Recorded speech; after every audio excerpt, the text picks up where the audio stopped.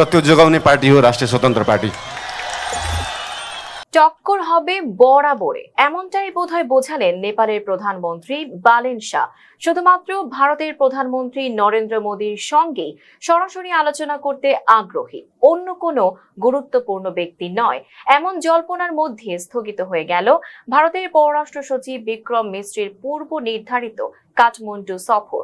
সোমবার 11 মে 2 দিনের সফরে তার নেপাল পৌঁছানোর কথা থাকলেও শেষ মুহূর্তে সফর বাতিলের ঘোষণা দেয় দিল্লি।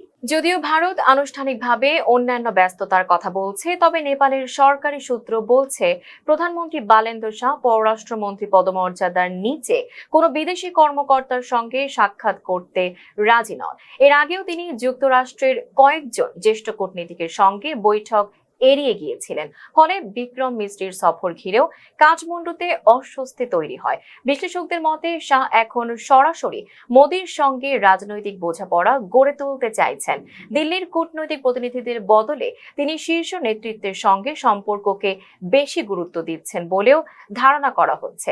একই সময়ে লিপুলেখ, কালাপানি ও লিম্পিয়াধুরা সীমান্ত ইস্যুতে ভারত নেপাল সম্পর্কেও নতুন উত্তেজনা তৈরি হয়েছে।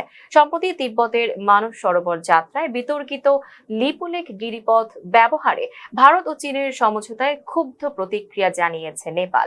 কাঠমান্ডুর দাবি এসব এলাকা নেপালের অবিচ্ছেদ্য অংশ। ভারতের পররাষ্ট্র সচিবের এই সফরের অন্যতম উদ্দেশ্য ছিল বালেন শাহকে ভারত সফরের আনুষ্ঠানিক আমন্ত্রণ জানানো। তবে সফর স্থগিত হওয়ায় দুই দেশের সম্পর্কের ভবিষ্যৎ নিয়ে নতুন করে আলোচনা শুরু হয়েছে কূটনৈতিক অঙ্গনে। Tanjima Nowrin, face the people.